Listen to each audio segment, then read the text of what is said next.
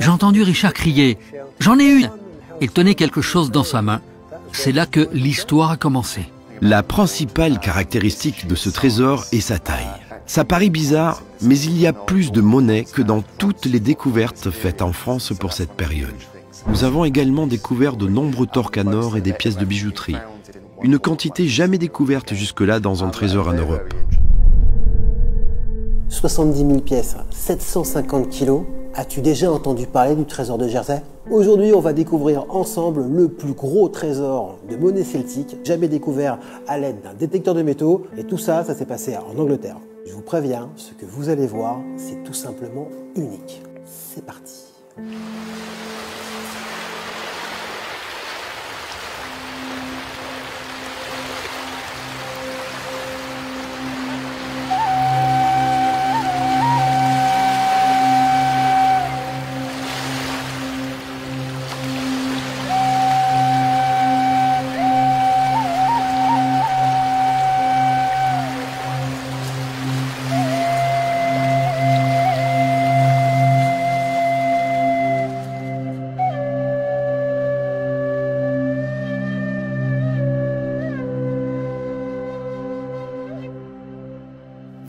La principale caractéristique de ce trésor est sa taille.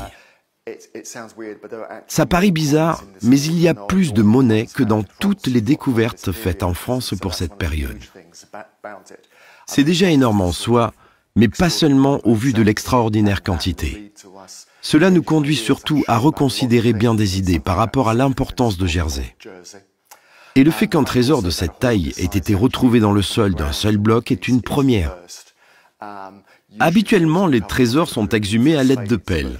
Mais ici, nous nous sommes débrouillés pour le conserver intact grâce à de nouveaux moyens d'investigation, comme ça n'avait jamais été fait auparavant. À présent que le trésor a été récupéré et morcelé, il n'existe plus en tant qu'objet. Mais nous l'avons enregistré en 3 dimensions et nous avons cartographié la position de chaque monnaie et objet. Cela n'avait jamais été réalisé avant. Ainsi, les chercheurs pourront faire des études dans les années à venir selon un processus tout à fait nouveau. Mis à part le nombre impressionnant de monnaies, nous avons également découvert de nombreux torques en or et des pièces de bijouterie. Une quantité jamais découverte jusque-là dans un trésor en Europe. C'est très intéressant car ces objets nous donnent une idée sur les échanges entre les différentes tribus. Nous savons que les torques viennent du nord de la France, près de la frontière belge. Par contre, nous ne savons pas si cette tribu était spécialisée dans la fabrication de bijoux, ni comment le peuple breton les a obtenus. Ils semblent antérieurs d'au moins 75 ans aux monnaies et paraissent bien plus usés, non pas par leur séjour dans la terre, mais par leur signe évident d'une utilisation prolongée, sans doute sur plusieurs générations, de père en fils et plus encore. Il y a encore pas mal de recherches à faire de ce côté-là, et nous espérons bientôt pouvoir déterminer la provenance de l'or. En attendant, nous exhumons beaucoup d'objets qui n'ont jamais été mis au jour. Et nous consultons régulièrement les experts qui nous répondent le plus souvent « Nous ne savons pas où tout cela nous mène ». Pour moi, travailler là-dessus a été génial. J'ai un long cursus de conservateur archéologique, mais dans ma carrière, je n'aurais jamais pensé tomber un jour sur quelque chose d'aussi important. Lorsque nous avons commencé à travailler, nous nous attendions à trouver un objet comme un pot qui nous aurait demandé une journée de travail. Et finalement, il nous aura fallu 5 jours pour pouvoir admirer notre trouvaille. C'est vraiment unique dans une carrière. Et le fait d'avoir travaillé quotidiennement durant 2 ans sur une chose pareille sans savoir ce que nous allions trouver, nous décollons littéralement les monnaies et parfois quelqu'un crie « De l'or !» Nous arrivons alors tous pour voir de quoi il s'agit. Et nous suivons le travail jusqu'à ce que l'objet soit récupéré. L'une des plus belles choses à propos de la manière dont tout s'est déroulé, c'est notre bonne entente avec les inventeurs et les propriétaires du terrain, et ce, depuis le début. Dès qu'ils ont compris l'importance de ce qu'ils venaient de découvrir, ils sont entrés en contact avec nous, ce qui nous a permis de faire des fouilles appropriées et d'enregistrer les objets comme il se doit. La manière dont ils se sont impliqués dans le projet, pour le nettoyage des pièces et pour bien d'autres tâches, a été vraiment super. Je pense que c'est un excellent exemple de collaboration entre prospecteurs et professionnels. Nous pouvons parfaitement travailler ensemble. L'histoire de ce trésor a débuté il y a de nombreuses années. il y a 30 ans, à l'occasion d'un repas entre amis, un dimanche après-midi. La femme de l'un d'eux me dit « Alors, tu es un de ces gars qui bat la campagne avec un détecteur de métaux ?» Et j'ai dit « Exact ». Et elle m'a raconté qu'en janvier, son oncle, qui labourait une parcelle à Grouville, avait brisé un pot contenant des monnaies en déplaçant une souche d'arbre. Ces monnaies s'étaient répandues un peu partout sur le terrain. Tout de suite, tu penses « trésor ». Tu entends tellement d'histoires, tu te demandes combien sont vraies. Quand je lui ai demandé de décrire les monnaies, elle a fait en détail. Il y avait sur une face une tête d'Indien et sur l'autre un étrange cheval stylisé. C'était une monnaie coriosolite et nous avons su tout de suite que cette femme avait vraiment manipulé une de ces monnaies. On a donc commencé à chercher. Les membres du club sont venus avec nous, on a trouvé la zone, mais on ne savait pas exactement de quel champ il s'agissait. On a cherché plusieurs années. Les membres du club ont abandonné, disant que c'était une perte de temps et que cette histoire était bidon. Oubliez ça. Mais Richard et moi, on y croyait. Et à un moment donné, en janvier-février 2012, alors qu'on prospectait la dernière partie de ce terrain, j'ai entendu Richard crier « J'en ai une !» Il tenait quelque chose dans sa main. C'est là que l'histoire a commencé. Quand j'ai trouvé ma première monnaie et que je l'ai serrée dans ma main, j'ai vite vu dans quel état elle était et j'ai compris que je tenais sûrement une monnaie du trésor. Elle était trop belle pour le sol de Jersey. Je pouvais voir Reg assez loin de moi et j'ai pensé « Ok, laisse-le un peu mariner ». Je lui ai crié de venir et il a couru vers moi car j'avais déjà trouvé quelque chose d'intéressant sur ce terrain. Je lui ai montré un truc dans ma main gauche en lui disant « Regarde, c'est très intéressant ». C'était un silex taillé. Reg l'a regardé et a dit « Belle trouvaille, pourquoi tu m'as appelé pour ça ?» Alors je lui ai montré la monnaie dans mon autre main en disant « Qu'est-ce que tu penses de ça ?» Son visage s'est illuminé et il a dit « C'est vrai, l'histoire est vraie !» C'était un moment très spécial, c'était génial. À partir de là, on a commencé à fouiller le terrain avec minutie. Et très vite, on a retrouvé 130 de ces monnaies coriosolites supplémentaires. On a continué ainsi durant plusieurs jours pour en ramasser le plus que nous pouvions. Richard expliquait qu'on n'avait pas encore trouvé le contenant. Dans ces histoires de trésors, tu espères toujours trouver les plus belles monnaies à l'intérieur. À la maison, j'avais un très vieux détecteur de grosses masses Cescope, acheté il y a des années, que je décidais d'essayer. Je l'ai donc tiré de sous le lit et épousseté, car il n'avait pas servi depuis 1996, lorsqu'on avait récupéré les débris d'un bateau naufragé dans la baie de Saint-Aubin. Bon, finalement, on a réussi à remettre ce truc en route, et en moins de 20 minutes, j'ai obtenu un bon signal à grande profondeur. J'ai dit à Richard, j'ai quelque chose, mais peut-être pas ce que nous cherchons. Vérifions quand même. C'était un jour très chaud, je m'en souviens. Quand Reg m'a appelé, je suis allé vers lui. Il m'a montré l'endroit et on a commencé à fouiller. On a creusé durant 10 à 15 minutes. On s'est arrêté juste pour boire un verre, car il faisait chaud. On a ensuite sondé le trou à l'aide de mon détecteur, mais il n'y avait plus du tout de signal. On s'est assis et on s'est demandé s'il y avait vraiment quelque chose là-dedans. Et si c'était juste un faux signal? On s'est regardé, on a décidé que si on ne continuait pas, on ne saurait jamais. Tu ne peux pas abandonner un truc pareil. Ça pouvait être une poubelle, une vieille bicyclette ou même une relique allemande de la Seconde Guerre mondiale. On n'en avait aucune idée, mais on devait savoir ce qu'il y avait là-dessous. Alors on a continué. Finalement, on a creusé autant qu'on le pouvait. Je n'arrêtais pas de dire à Richard, « Là, c'est trop. Je suis trop vieux pour ce genre de truc. Laissons tomber, allez, on rentre maintenant. » Il disait que si on faisait ça, on le regretterait. Alors j'ai continué à planter ma pelle dans le sol de plus belle. Et à un moment, on a entendu comme le bruit d'un couteau qui crisse contre une assiette. Oui, c'était ce bruit. Et quand on a entendu le bruit du métal de ma pelle contre un autre métal, je l'ai retiré et posé sur le bord. Et Richard a remarqué qu'il y avait 5 pièces de monnaie dessus. C'était le premier signe. Richard s'est écrié « Trésor !» Mais à cet instant, j'avais déjà compris. Une fois de plus, on s'est assis pour réfléchir. Qu'est-ce qu'on allait faire? Déterrer notre trouvaille? La laisser sur place et partir? La seule chose dont on était certain, c'était qu'il fallait prévenir les experts et prendre leur avis. C'est ce qu'on a fait. On savait qu'on avait fait une trouvaille intéressante et elle était intacte et dans son contexte. On a prévenu les services du musée pour savoir ce qu'on devait faire. On pensait qu'ils allaient tout laisser tomber et arriver en courant pour sortir le trésor. Mais ils nous ont juste informés qu'à cause des vacances scolaires et d'un autre chantier en cours, ils ne pourraient pas le faire tout de suite. On s'est assis là-dessus durant près de 3 semaines. On a gardé le secret du mieux qu'on pouvait. Mais bien que Richard et moi étions les seuls au courant de ce qui se passait vraiment, l'histoire a commencé à se répandre sur l'île qu'un trésor avait été découvert. On ne sait pas comment ça s'est su, mais c'était difficile de garder un tel secret jusqu'au jour des fouilles. Après quelques semaines, ils sont enfin arrivés et ils ont constitué une équipe. Pendant ce temps, on a invité la radio, la BBC, NTV, tous les médias et la presse locale pour filmer depuis le commencement. On voulait faire ça bien pour montrer les circonstances réelles de notre trouvaille depuis le tout début. Et ça a très bien marché. On est arrivé sur le site ce mardi du mois de juin pour déterrer ce qu'on pensait tous être un pot, voire un plus gros conteneur. Les fouilles devaient durer une journée. Mais à la fin de cette première journée, nous n'avions toujours pas réussi à délimiter le trésor. Cela devenait de plus en plus gros. Il y avait une masse de monnaie verte. On a alors réalisé qu'il nous faudrait un 2e jour pour déterminer le volume de cette découverte. Il n'y avait ni pot, ni conteneur, juste des bords arrondis que nous avons suivis tout autour.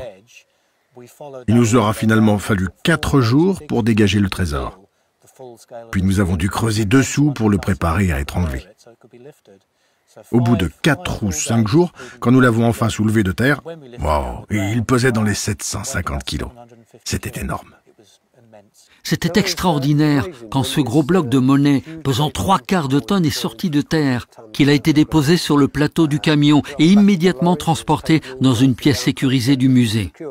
Durant cette manipulation, seulement 5 pièces se sont échappées du trésor. On a alors pensé que Neil Maher, le conservateur en charge du projet, avait vraiment un job sympa. Mais ce qu'il n'avait pas réalisé quand le trésor a été exhumé, c'est que c'était le premier trésor sorti intact. Tous les médias le filmaient. Et il avait une énorme pression. Mais tout avait été fait dans les règles de l'art. Le trésor ensuite était exposé un moment dans son état d'origine, pour que le public puisse l'admirer avant que les monnaies ne soient séparées. Quand on a commencé à creuser pour sortir le trésor, on a pu voir de minuscules fragments de bijoux. On espérait bien qu'il y en avait d'autres à l'intérieur. Quand l'exhumation du trésor a débuté, on a été très surpris, car il y avait de nombreux autres objets à côté des monnaies. On a trouvé des torques en or, des lingots, des restes de textiles, ainsi que de petits insectes vieux de 2000 ans. Tous ces trucs faisaient partie d'une véritable capsule temporelle scellée il y a 2000 ans quand ils ont été enterrés. On a aussi eu beaucoup de chance, car le grand spécialiste des monnaies celtiques, le docteur Philippe de Jersey, habite dans l'île voisine de Guernesey. Il a été étroitement impliqué dans le projet et a décidé de tout. On l'assiste dans cette démarche, on classe les pièces et on les identifie. Quand on ne sait pas de quoi il s'agit, on lui montre, puis il valide notre travail. C'est lui qui tentera d'expliquer ce que ce trésor fait à Jersey. On aime à penser que ces monnaies sont en rapport avec les Romains quand ils ont traversé la Gaule en 58-56 avant Jésus-Christ. C'est peut-être une bonne raison pour expliquer qu'ils aient emmené ce trésor à Jersey, pour le cacher aux Romains. Il y a aussi dans le trésor des pièces plus récentes, qui peuvent laisser supposer qu'il a été déposé là quelques années après la conquête. On ne sait vraiment pas, on est juste à la moitié du chemin. Mais au fil du temps, on comprend mieux le schéma. Ce qui est peut-être important, c'est qu'on n'a pas trouvé de monnaie romaine, pour l'instant. Ça pourrait indiquer que les Romains n'étaient pas encore arrivés à cette époque. Il y avait une variété impressionnante de monnaies issues d'au moins 15 tribus différentes, dont les tribus britanniques de la région du Hampshire. Il y avait aussi beaucoup d'autres choses, par exemple des petites perles. Et la dernière grosse surprise qu'on a eue à ce stade est de découvrir, au milieu de ce trésor, une pochette en cuir ouvragé, assez bien conservée, qui semble remplie de monnaie et d'effets personnels. Il va falloir l'expédier pour la lyophiliser et pouvoir l'ouvrir sans la détruire pour récupérer les objets qu'elle contient. Ceci nous donnera un peu plus d'informations sur les aspects de la vie courante. On ne saura sans doute jamais pourquoi ces monnaies ont été enterrées à Jersey. Mais curieusement, c'est la 9e découverte monétaire faite sur l'île. Sur l'île toute proche de Guernesey, bien qu'ils aient quelques sépultures de guerriers et quelques épaves romaines dans le port, on n'a jamais fait ce type de découverte. Peut-être qu'il y a 2000 ans, Jersey était trop difficile d'accès pour permettre aux bateaux romains d'aborder. Et c'est peut-être pour ça qu'elle a été considérée comme une place sûre pour y cacher des trésors. Ça pourrait être une explication. Guernesey n'a pas eu de trouvailles monétaires pour cette période, à part 5 monnaies isolées, mais jamais de trésors. On pense que c'est une possibilité. Comme Richard l'a expliqué, on ne sait pas exactement pourquoi ce trésor a été caché. Mais une idée vient à l'esprit. Il y avait un nommé Vercingétorix. C'était le dernier à vouloir réunir les tribus pour combattre Jules César à Alésia, en France. Une bataille qu'il a finalement perdue. Il a été emmené à Rome et exécuté. Dans ses écrits, Jules César raconte que 300 000 soldats celtes ont combattu dans cette seule bataille. Ceci nous donne une bonne explication au fait qu'il ne soit jamais venu récupérer le trésor. Ça peut aussi expliquer pourquoi le monde celtique a changé après ce drame. On nous a souvent demandé ce que l'on ressentait après la découverte de ce trésor, qui est maintenant reconnu comme le plus gros trésor monétaire de l'âge du fer dans le monde. Oui, on est très fiers, mais aussi toujours abasourdi d'avoir fait une telle chose. Mais ce que je voudrais plus que tout avec ce trésor, c'est dire aux prospecteurs que s'ils respectent les règles et déclarent leurs trouvailles, ils auront l'occasion de travailler avec des gens extraordinaires dans le monde de l'archéologie, et ils sont nombreux. Ça vous ouvrira de nombreuses portes et ça vous apportera de grandes connaissances. Tisser des liens avec votre musée local est une véritable extension de votre hobby et le rend bien plus passionnant. Je pense que l'une des choses les plus positives qui nous sont arrivées dans cette aventure collaborative est d'avoir pu travailler avec des professionnels. Ils nous ont permis de les accompagner sur l'ensemble du projet. Ça a été une magnifique expérience qui nous a conduit à écrire un livre. Et les professionnels se sont joints à nous pour sa rédaction. On a fait en sorte qu'il ne comporte pas trop de détails techniques ou d'interprétations. On présente simplement la découverte et l'exhumation au jour le jour. Le fait qu'on ait été impliqué dans tout le projet prouve bien que la collaboration fonctionne et que des personnes différentes peuvent tout à fait travailler ensemble. Finalement, quand tout a été sorti et que la grue a fini de charger le camion, je suis retourné dans le trou avec l'équipe archéologique. Et quand on a été à l'intérieur, chacun a décidé d'enterrer un objet personnel dans une boîte. Juste un petit objet, comme une monnaie ou un badge. Ce qu'on voulait.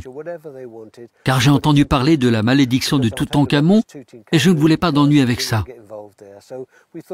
Après avoir découvert un si gros trésor, on a fait nos propres offrandes aux dieux celtes dans cette petite boîte pour leur dire merci beaucoup de cette incroyable découverte de 70 000 monnaies.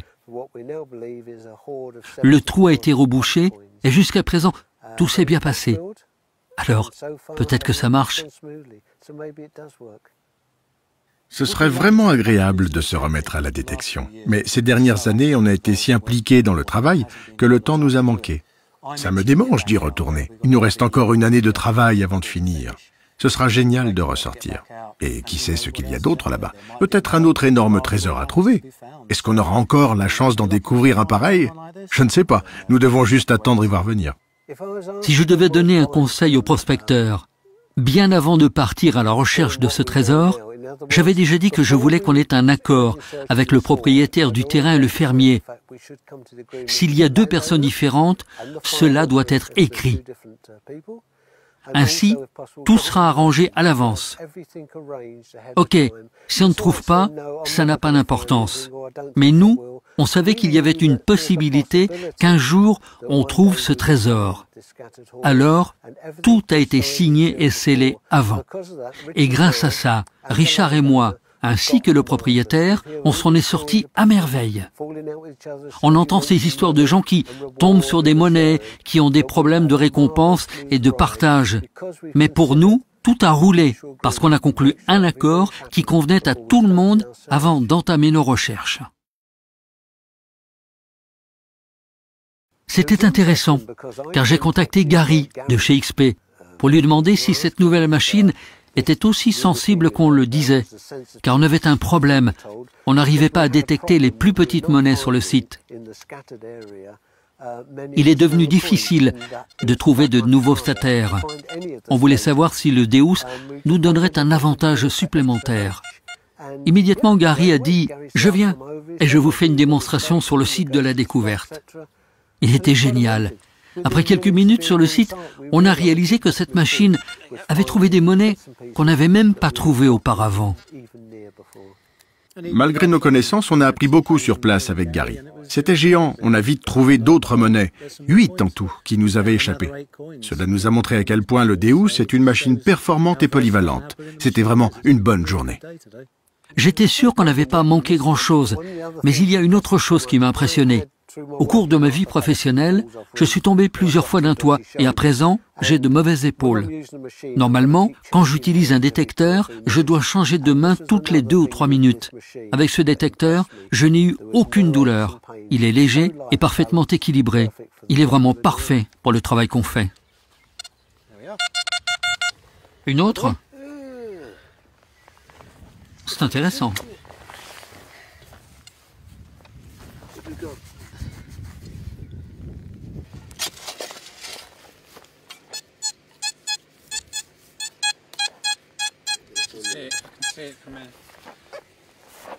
Ici. Ah oui, ça ressemble à un autre petit stataire.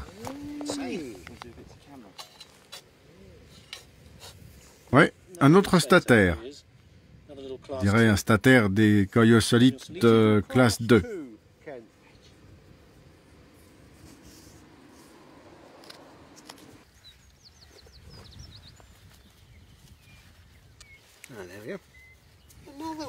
Another one.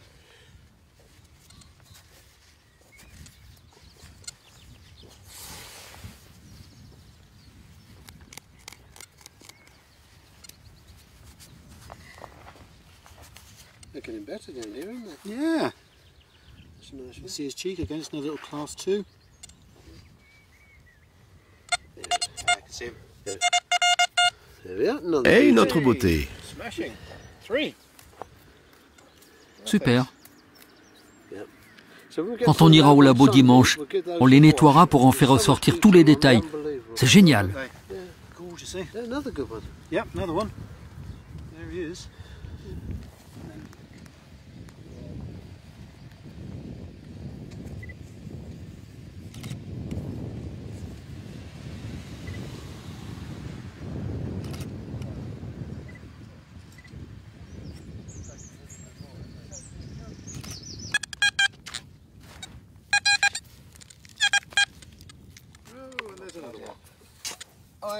J'ai un peu honte.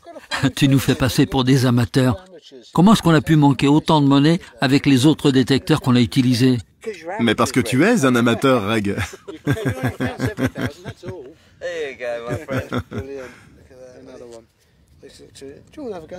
Thanks for letting me have a go with the dice on your fantastic side.